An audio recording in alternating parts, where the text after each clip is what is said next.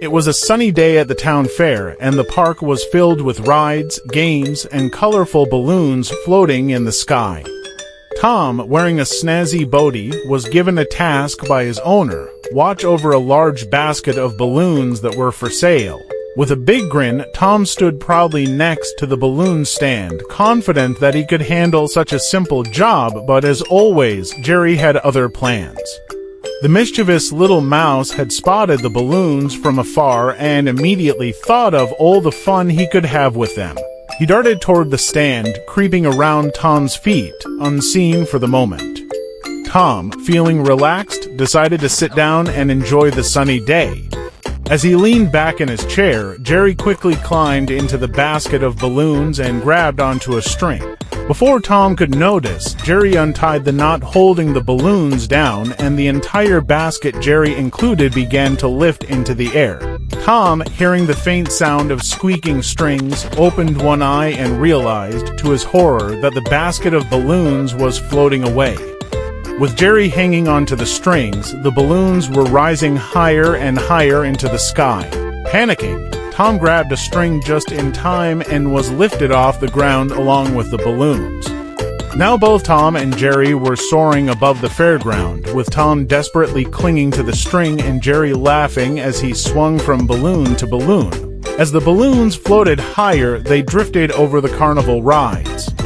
Tom tried to pull himself up to the basket, but every time he got close, Jerry would bounce on a balloon, sending Tom swinging wildly in the air. Jerry even popped a balloon or two with his tiny teeth, making Tom yelp in fear as the basket wobbled and dipped.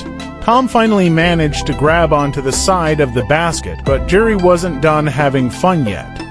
He grabbed a slingshot from his pocket and started launching small pebbles at Tom, making him lose his grip and slip further down the strings.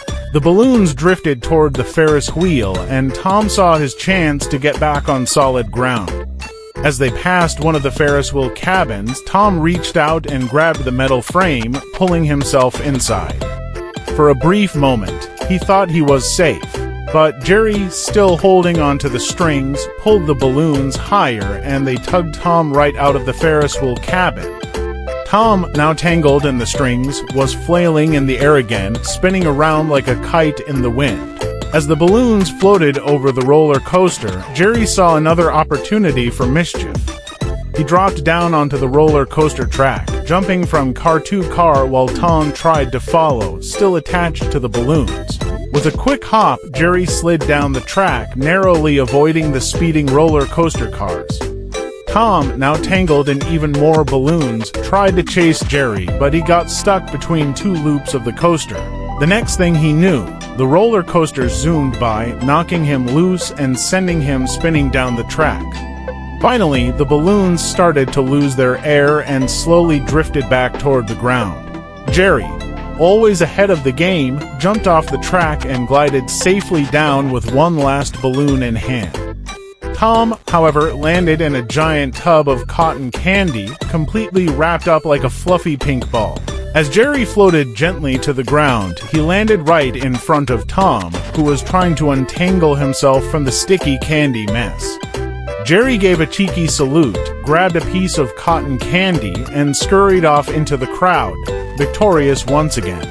Tom, covered in candy and exhausted from the wild balloon ride, could only sigh in defeat. He watched Jerry disappear into the distance, already knowing that their next chase was just around the corner.